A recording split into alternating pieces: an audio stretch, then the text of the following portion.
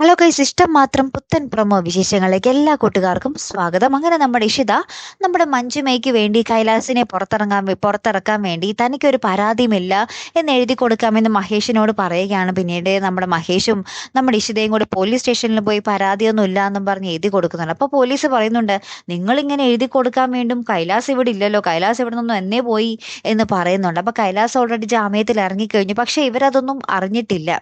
അപ്പൊ എല്ലാവരും ഭയങ്കര പേടിയിലായി. നമ്മുടെ ഇഷിതയുടെ വീട്ടുകാർക്കാണ് കൂടുതൽ പേടി. അവൻ ഈ ജാമ്യത്തിൽ ഇറങ്ങിയ കാര്യം ആരും അറിഞ്ഞിട്ടില്ല, അറിയാതെ അവൻ ഇറങ്ങിയെങ്കിൽ നമ്മുടെ മോൾക്ക് തന്നെയാണ് ആപത്ത് എന്ന് നമ്മുടെ ഇഷിതയുടെ അമ്മ ഇങ്ങനെ പറയുന്നുണ്ട്. അപ്പുറത്ത് മഹേഷും ഇഷിതയും കൂടി ചർച്ച ചെയ്യുന്നുണ്ട്, അവൻ എങ്ങോട്ട് പോയി, അവൻ ഇനി ഒളിഞ്ഞിരുന്ന് അമ്പ ചെയ്യാൻ തന്നെ ആയിരിക്കും പ്ലാൻ എന്ന് അവരിങ്ങനെ ചർച്ച ചെയ്യുന്നുണ്ട്.